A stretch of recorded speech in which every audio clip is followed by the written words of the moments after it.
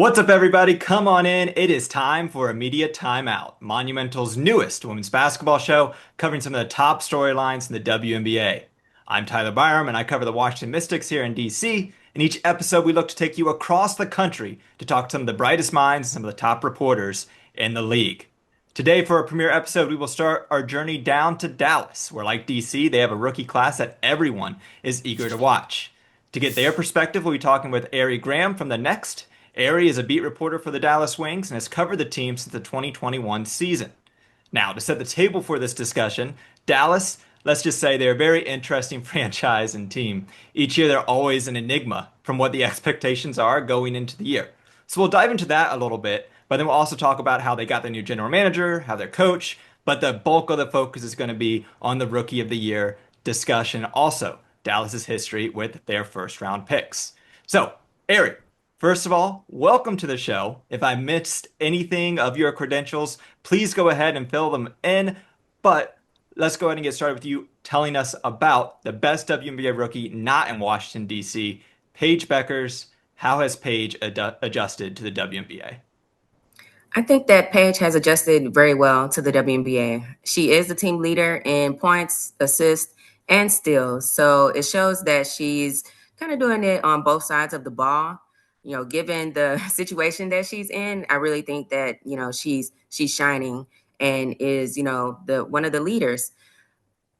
1-11 is pretty tough, but in Dallas, she has the space and opportunity to further showcase what she's able to do, which really helps out a lot.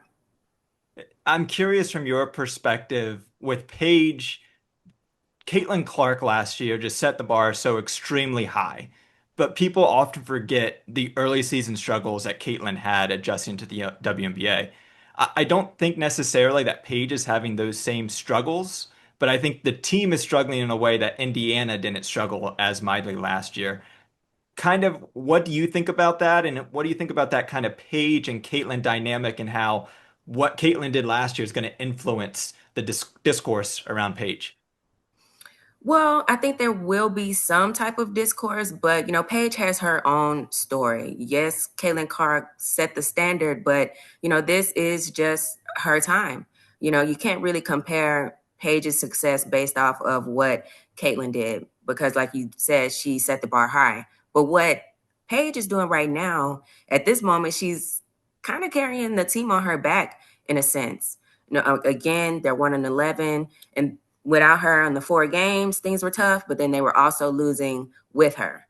But I believe that the dynamic and the comparison with Caitlin Clark isn't going to have that much of discourse in terms of what she's doing and running for Rookie of the Year.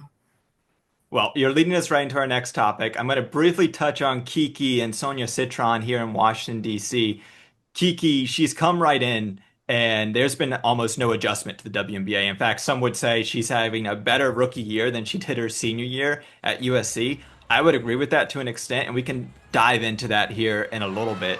But it's essentially become Kiki's playground right now with what she's been able to do going against some of the top players in the league. I think that adjustment we're seeing with Paige, it's a little bit different because she's a point guard and she is much more in charge of what's happening on the floor than Kiki will be for the Mystics as a player down in the post. But I think it's just been as impressive. So let's talk about Rookie of the Year. The reason why I wanted this to be the first episode of Media Timeout is because of this topic. Everyone knows about the rookie talent we have this year. There's Paige, there's Kiki, there's Sonia. And I believe, pound for pound, and I may sound naive for saying this, but this rookie class, especially at the top, is going to match, if not surpass, the talent we saw in last year's blockbuster rookie class. But to our point, honestly, this topic may take the full duration of the show, and I apologize to you all watching, but Ari, if you have $100 that you must place a wager on, who is going to be named WNBA Rookie of the Year right now? Give me your snap judgment. No reason why. Who you going Paige Bueckers. with? Easy. Well, I'm a DC guy, so I may have to say Kiki Iriafen, but I also believe in Kiki Iriafen and how quickly she has shown she can dominate in this league.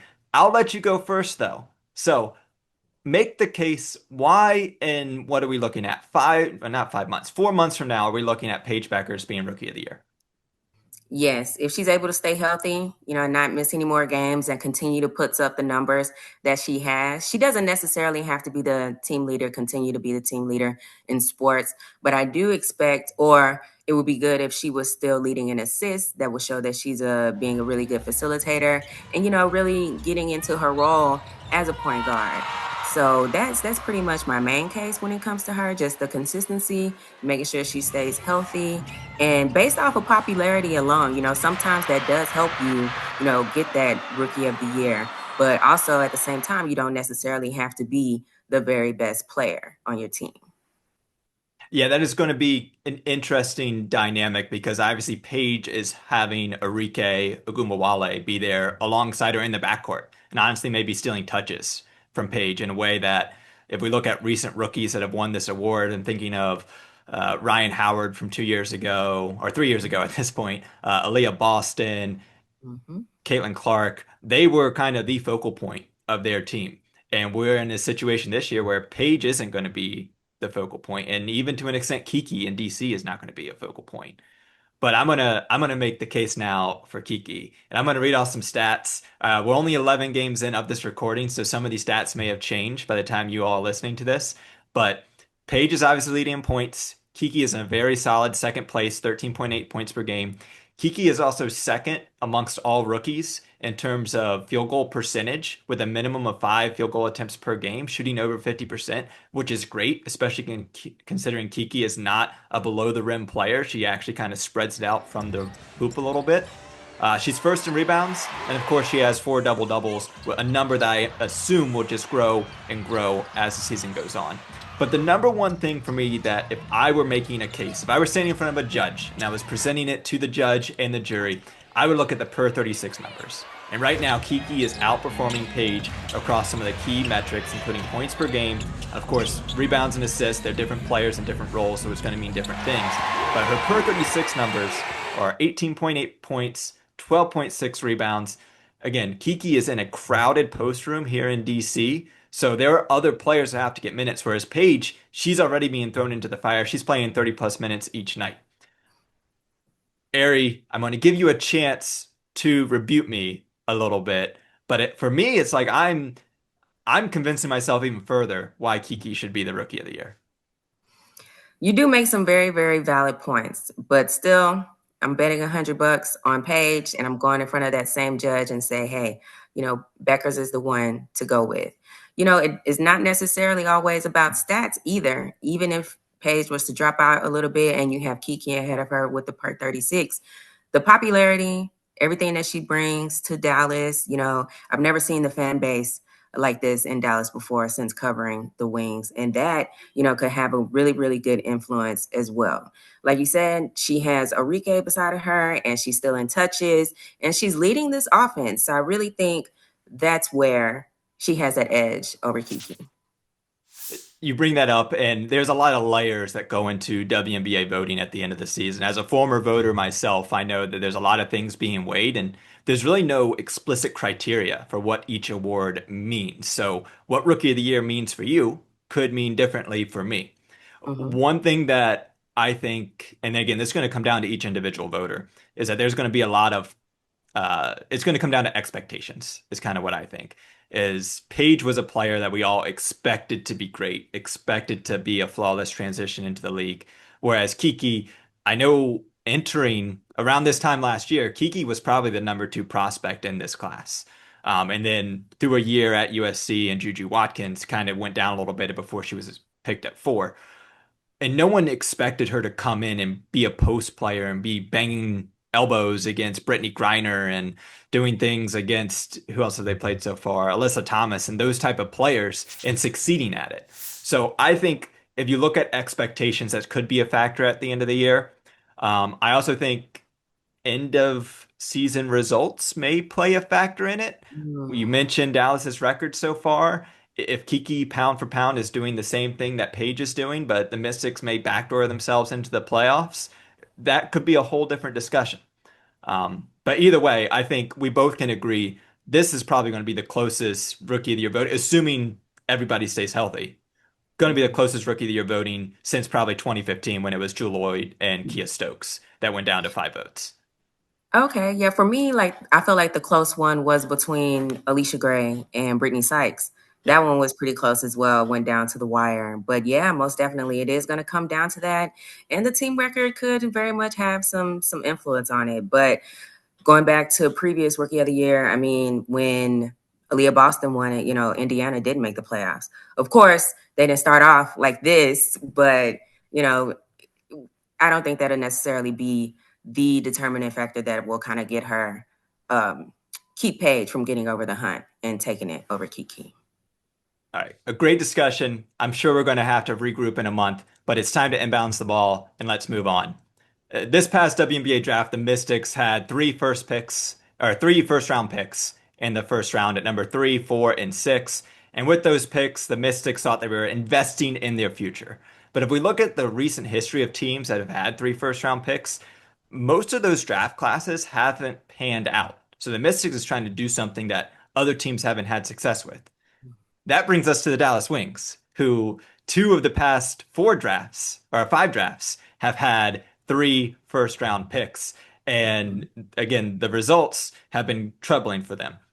I know that this year's draft class was much deeper than the classes that Dallas had in 21 and 23. Mhm. But with you being around the team, Ari, what were some of the things that you think Dallas learned through that process of having those 3 first round picks? They made history with that number one and number two pick. And I think they may have learned a valuable lesson in just better examining which talent to get that will fit the coach's system in order to make those draft picks be more successful. It was unfortunate what happened with Charlie Collier. How are you the number one pick and then you're out after your second season? A walk took off 2024. She was expected to come back this season and hasn't. Chelsea Dungy, no longer in the league. So I think that one of the lessons that they have learned is just to be able to find the talent that's going to fit within, the roster, within the game plan. But one thing that also makes it difficult, you can't have that when you're changing coaches and your regime every 2 years, pretty much. But now I think since Kurt is there and you have a brand new coach who can hopefully help turn things around with what they have, it could be a very, very different turnout, especially since I believe that the team is going to try and build around Paige as opposed to getting players to build around Arike. So if I'm hearing it right, you're kind of saying it felt like at the time the team wasn't prioritizing the fit of that player into the team. And there may have been other things, could have been maybe like best talent available, or, and there's a lot of things. We're not here to have a draft discussion, but you Mhm, think that might be the reason? Because I mean, this year there's only one of those 6 players. We're looking at the 21 draft and the 23 draft, mhm, where the Wings got 6 first round picks. And right now, we're looking at a team that likely isn't going to make the playoffs this year. One of those players is on the team. That's kind of what you're leading. And again, it's a new regime, so things are a little bit different this season. mhm, But that's mhm. what you think led to it. Yes. Yes, I do. Yeah. It's very, very difficult. But again, like if they can, I feel like Dallas has been trying to rebuild since they've come to Dallas after, Skylar Diggins' departure as well as Liz Cambage. And at some point, they're not going to be able to do that. You're trading, these picks to try and bring in players, and it hasn't been working. So with Undercurt going forward, it should make a difference. It should be different. Well, Ari, that is the whistle. I want to thank you for joining. We can follow along with your work at thenexthoops.com. I'm sure this Page and Kiki discourse is surely going to be a fun one to watch throughout the remainder of this season. And again, like I said, I think we're going to have to revisit our conversation and compare some notes and rehash things out. As for the rest of you, that will do it for episode 1 of Media Timeout. Thank you for taking this media timeout from your day. Now back to the action on the court.